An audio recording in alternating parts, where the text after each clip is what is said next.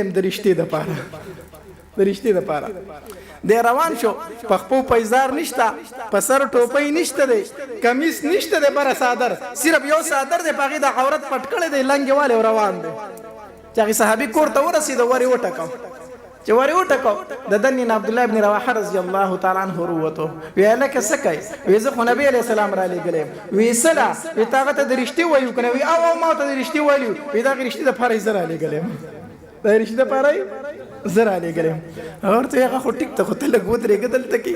لګ ودرېګ عبد الله ابن رواحه رضی الله تعالی عنہ کور ته ورغی خپل بیبي ته وی اے بیبي نبی علیہ السلام زمون لور لريشته را لګلی دا ناغه ورته وی ټیک د کلمات قبول د چې نبی علیہ السلام را لګلی وی نه کنه ته خلک په دروازه کې ننداره وکا ته خلک وګوره وی چې نبی علیہ السلام را لګلی نو څه وی نه لګ ننداره وکا نو چې د خزې په دروازه کې ننداره وکړه هغه ولیدو چې تک تور او غټي غټي شونډې او مخ د دانو ډکو په سر ټوپۍ نه پخپو پیزار نه او بربند صرف یو صادر د عورت نه پټ کړی دی وی اله سړی د سر زمون لور گزاره نشي کولی د نبی علیہ السلام حکم په سر سترګو خو زمون لور په د سر گزارونه کې بیا به سبا دیم خپه زمون لور بم سي خپه بای وی او ورته چې نبی علیہ السلام ته و چې زمون لور لبره مناسب رشتہ راولېږي وی ټیک ده دا سعد اسود رضی الله عنه چې روان شو کنه نو لوري دا خبري واورېده وی موري څه خبرې دي وی نبی علیہ السلام ستاسو لپاره رشتہ را لېږلی دا نو تاسو ورته سوي وی لوري مونږ هغه رشتہ رد کړ مونږ چې تعالی بل رشتہ وګوري وی ولي وی زکه چې هغه سړی ډیر بدرنګ دی اصل ډیر څه دی بدرنګ دی ځوان به سرهونه کې وی موري دې سړی ته مګورې دې ته وګورې دې را لېږلی چا دی دې سړی ته مګورې دا سړی را لګلې چا دی د کومې رشتې انتخاب چې مال رسول الله کړی دی هغه رشته مال د ډېرو رشتو نه غوره ده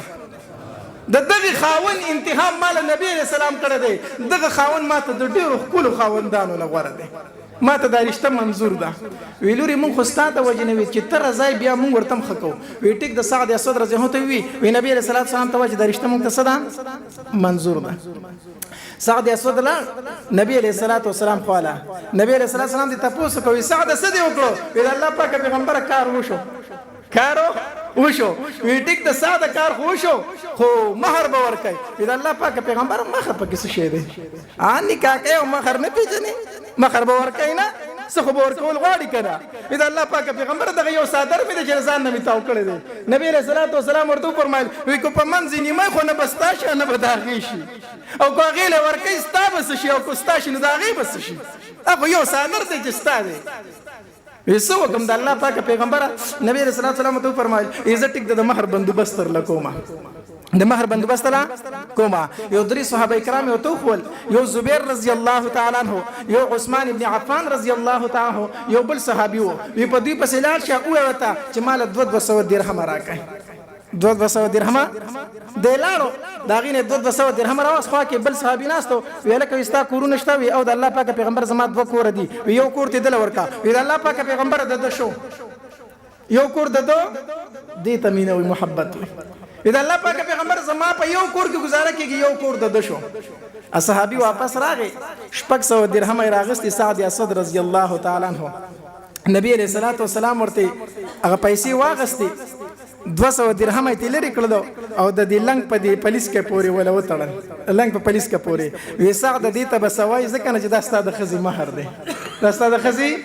مہر دی او 300 درهم ولا ورکړو ویلاړ شزان له سپوزکه موزکه والا س کډي مډي والا وعده دي کنه سودا خو بغستل غواړي کور دې مو شو مہر مو شو او سودا ورشه والا ځان لا ټیک دا د خوشحاليږي بازار ته روان دي چې دکان ته د نکیږي کنه چې ځان له د واده سودا واخلي پدې کې په بازار کې ډول غږیږي او आवाज وسره کیږي د ډول سره وی اے خلکو د الله پاک پیغمبر پلان کی طرف ته غزال روان دی او نبی علیہ الصلوۃ والسلام فرمایي چې د چا سره خپل اسلحه او سورلې وی هغه د زموږ سره غزا ته لاړ شي هغه د موږ سره لاړ شي مخکې زمانو کې بچ خلکو یو خبر ورکاو داسې ډول به وکنه نغاره به وته نغاره به والا نو سړی نغاره وی आवाज کوي وای د الله پاک پیغمبر پلان کوي طرف ته غزال روان دی او څوک چې وسره ځان تیار کوي د په دې دکان په دې خله کې خپنی ولې شو یو ځل आवाज واوریدو غلې شو بیا واوریدو بیا سوچو کو چې په دریم ځل واورید کنه د دکان نه واپس شو وی خان سعد اسود به د بیبي سره پکور کې ناشتي او د الله پاک پیغمبر به جنگونه کوي هغه په میدان جنگ کې او سعد اسود به د خزي سره ناشتي هغه پیسې راوغستې چې کومې ځان له د واده سودا لوړې وي په هغې باندې اس واغسته او تورې پې واغسته او اس ته وخته یو داسې چوپټ کې واغست کپړه چې کپړه واغسته په هغې باندې دا مخ داسې وتړو صرف دا سترګې ښکاره کړې نور ځان پټ کړو دې دپاره چې کو نبي علیه السلام مې وپېژني بیا مې واپس کوي نو چې پېژني مې نه صرف سترګې ښکاره کړې نور ځان پټ کړو او لاړ غزا چې غزا لاړ اوس داسې غزا کوي که نه چې په کوم طرف باندې د کافرو دا سلې داسې ورته وایي داسې دا توره په دواړه لاسه داسې چلی داسې روان دی سمه غذا کوي یو صحابي د بل نه تپوس کوي هلکه تا څوک دی دا خو ډېر بهادر سړی دی یو وایي زه یې نه پېژنم مخې پټ دی بل وایي زه یې نه پېژنم بیا صحابه کرام وایي دا چې ته څوک نوی مسلمان شوی دی ځان یې پټ کړی دی ځکه چې دا کافر یې ونه پېژني څوک نو مسلم دی نوی څوک مسلمان شوی دی نبی علیہ الصلوۃ والسلام له تن راغی د الله پاک پیغمبر یو ولک ته ډیر خطرناک غزا کوي ډیر بهادر دی غزا کوي نبی علیہ السلام کم دی بیا هغه د ګور د الله پاک پیغمبر دغه روان دی خو مخې پټ دی چې نبی علیہ السلام وکتل کنه او دا توره دسی اوچته کړ په کافر گزار کو نو دا توري مټی ښکارش دا تور مټه د دانو ډکه ښکارش وکنه نو نبی علیہ السلام یې لکه دا خو زما باغی تور هغه ساعت نه دا شک په زما راځي دا لاس خو ماته د سعد اسود ښکاري د دانو ډک لاس ته تک تورو وی لاس ته تپوس کې وکړي چې دغه دې کړی دی دا خو ما واده نه لېږلی و دا دې چېرته راغلی دی چې هغه صحابي لاړو وی د الله پاک پیغمبر تپوس کوي چې ته سعد اسود یې هغه ورته صرف سر وړکوي وی آه صرف سر یې ورته وړکوي آه صحابي راغی د الله پاک پیغمبر او سعد اسود دی وی ښه د واده پرېښی او دلته راغلی دی د واده پرېښی دلته راغلی دی نبی علیہ الصلوۃ والسلام سیکو داسې د په یو کافر باندې حمله کوله داسې ورلاندې وتل او کافر په زورور شو گزار په وکړ او چې گزار وکړ سعد اسود رضی الله عنه چې او نو د اسنخ کتر راتاو شو چې اخکته راتاو شو نبی علیہ السلام هغه کو وی زما سعدی وکړو زما سعدی او نبی علیہ السلام په خپل منډ کړی چې منډې کړې ورسېد ورلکنه نو دا سعد اسود رضی الله عنه نبی رسول الله داسې خپل غیږ ته راوچت کو دا مخې ول ښکاره کو کپړی ته پرانسته چې کپړی ته پرانسته نبی رسول الله والسلام د خپل کپړې راواغستې او د دې تور صحابي د مخ د وینو نه داسې پاکي دا مخ ول د وینو د خاورو نه پاکي نو سعد اسود د لاندې نه داسې نبی رسول الله والسلام ته وکتل کنه مسکې شو د الله پاک پیغمبر ما به جنت ځان ته پریدي د الله پاک پیغمبر د جنت خوري می بزان تفریدي د الله پاک پیغمبر الله به ما ځان تفریدي د نبی رسول الله د سترګو نه اوښ کې روانې شوې وې اے سعده زما دې په هغې ذات باندې قسمي چې کوم ذات زه پیغمبر جوړ کړی ما او تاسو ته یې رالیږلی د کوم ذات چې سا زما د هغه په قبضه کې ده زه به تاله ګواهي کوم چې سعد د الله د رضا دپاره د دنیا نه تللی دی اے سعده زه به ستا دپاره ګواهي کوم جنت به دې ځان ته پرېږدي د جنت حورې به دې ځان ته پرېږدي الله به دې ځان ته پرېږدي دې ته ویلی شي عشق دې ته ویلی شي محبت د نبی علیه السلام سره عشق پیدا کوي د نبی علیه السلام سره محبت پیدا کوي په نبی علیه السلام باندې درود زیات وایي په نبی علیه السلام باندې درود زیات وایي خفه شم د خپلو نوجوانانو نه یقین په الله وکړه خفه شم زه ورته وایم ږیره پرېږدوه په دې کې ته ښکلی ښکاري دا زما د محبوب سنت دي دې چاړه راواخلي په مخ باندې روکاږي هغه مبارک ویښتو دې هغې نالۍ ته ورته وکړي په کومه نالۍ کې چې واړه بول بهیږي او دې په شیشه کې ځان ته وګوري وایي زه ښکلی شوم زه هم تا د هغې پیغمبر سنت ځمکې ته ورتاو کړو چې کوم پیغمبر ویل وی تر هغې پورې به زه په جنت کې قدم کېنږدم تر څو مې چې د ځان نه ټول امتیان مخکې نه دي داخل کړي زه هم تا د هغې پیغمبر سنت ځمکې ته ورتاو کړو چې هغه په زنکدن کې چغه واله امتي امتي زه هم تا د هغې پیغمبر سنت ځمکې ته ورتاو کړو چې په میدان محشر کې به هر پیغمبر وایي نفسي نفسي زما محبوب به وایي امتي امتي هغې پیغمبر سنت ته ځمکې ته ورتاوی ته په شیشه کې ځان ته وګورې زه ښکلی ښکاره شومه دې علماو ته وګورئ دا څومره ښکلي په دې ګیرو کې ښکاري اولی ګیرې خورئ الله مونږ جنازو له لاړ شو نو هغې جنازه کې مونږ ډېر زیات خفه شو چې دې مړي له ورشو که نه او دی په دې کفن کې پروتي او دا تازه جامه تې کړی تازه جامه تې کړی او په دې کفن کې دا مخ پروتي قسم په الله ډېر خفه شم تا نه به په قبر کې تپوس کېږي چې رب دې څوک دی ته به وایې الله دین دې څه دی اسلام د چا امتی د نبی علیه الصلاۃ والسلام پرشتي به ویره دا خبرې دي دروغ کاری ځکه چې نه په اسلام جوړي او نه د نبی علیه السلام د امتی په شانتي جوړي زاغي مړی ته ډیر خپه شمه چې دې مړ شو تاسو جهمت کړی او هغه مړی ته ډیر خوشاله ګما چې ورشمه وګورم او دې په دې سپین کفن کې پروتي او په دې کفن باندې ورته دا وګدو ګیره پراته او دا تازه وبو ساس کې پکې پراته ډیر خوشاله شم دغه مړی ته چې دا سنت ګیره په دې مخ باندې پراته او دا فرشته په خپل و چې دا امتی ته جهنم دی دا غ سنت په دې مخ راوړي د شکل صورت ته وګورئ دا د نبی رسول الله امتی دی هغه مړی ته ډیر خوشاله ګم زه خپل نو جوانانو ته هم د الله لپاره دا ګیره پرېږدم دا ګیره خریل داسې ګناه ده چې هر ټیم د سړي سره موجود دی په مانځه باندې ولاړ یو دا ګناه در سره موجود ده ګیره پرېږدئ خالقانو دا خوند کوي دا زما د جانان سنت دی دا زما د محبوب سنت دی دا ګیری په مخ باندې ډیر زیات خوند کوي ګیری پرېږدئ ښه نبی علیه الصلاۃ والسلام راضي کوي ان شاء الله چې د چا ګیری دی خو دی مبارک موشه خو چې د چا نشته پرېږدو به ګیری که نه لاس اوچت کوي را سره که نه ګیری به پرېږدو که نه ان شاء الله ګیری به پرېږدو دا د نبی علیه الصلاۃ والسلام سنت دی هلکانو دا ګیری پرېږدئ د مرګ هېڅ پته نه لګي دی وایي زه چې بوډا شم ګیره به پرېږدم نوجوان هلکي تازه جامه تې کړی په چاپ کې او را روان یو په لاره اکسیډنټ وکړي نو د نبی علیه الصلاۃ والسلام په سنتو باندې به عمل کوو